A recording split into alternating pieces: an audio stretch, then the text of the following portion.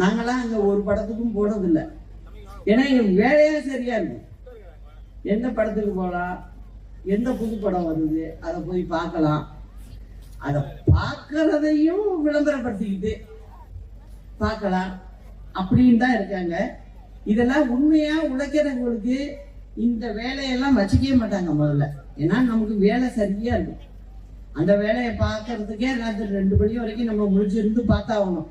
பார்த்தாதான் மக்களுக்கு ஏதாவது நல்லா செய்ய முடியும். நானும் வந்துட்டு போறேன் கச்சேரிக்கின்ட்டு போனவங்கலாம் நடக்காது கதை. அது இப்ப இந்த அரசாங்கம் செஞ்சு வச்சிருக்கிற கோளாறுபடி எல்லாம் பார்த்தீங்கன்னா ரொம்ப கஷ்டம்.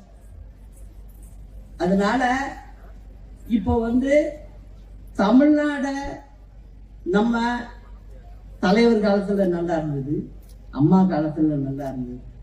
அதை மீண்டும் கொண்டு வர்றதுக்கு எல்லோரும் ஒற்றுமையா இருந்து நல்ல தீர்ப்பை கொடுக்கணுங்கிறது தான் இந்த கட்சி துவக்க நாள் 54வது நாள்ல நான் இதை உங்கள்கிட்ட எல்லாம் பேசுறதுக்கு வந்தேன். அது மட்டும் இல்ல, 55வது ஆண்டு அது மக்களாட்சியா இருக்கணும் இங்க தமிழ்நாட்டுல அப்படிங்கிறத உங்கள்கிட்ட எல்லாம் கேட்டுக்கிறதுக்காக தான் வந்திருக்கேன்.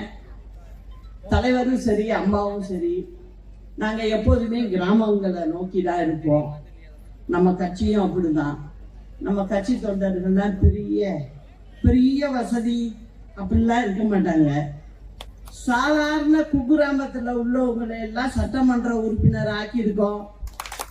ஜாதி பார்க்கறது இல்லை, யாரா இருந்தாலும் எல்லாரும் எங்களுக்கு ஒண்ணுதான்.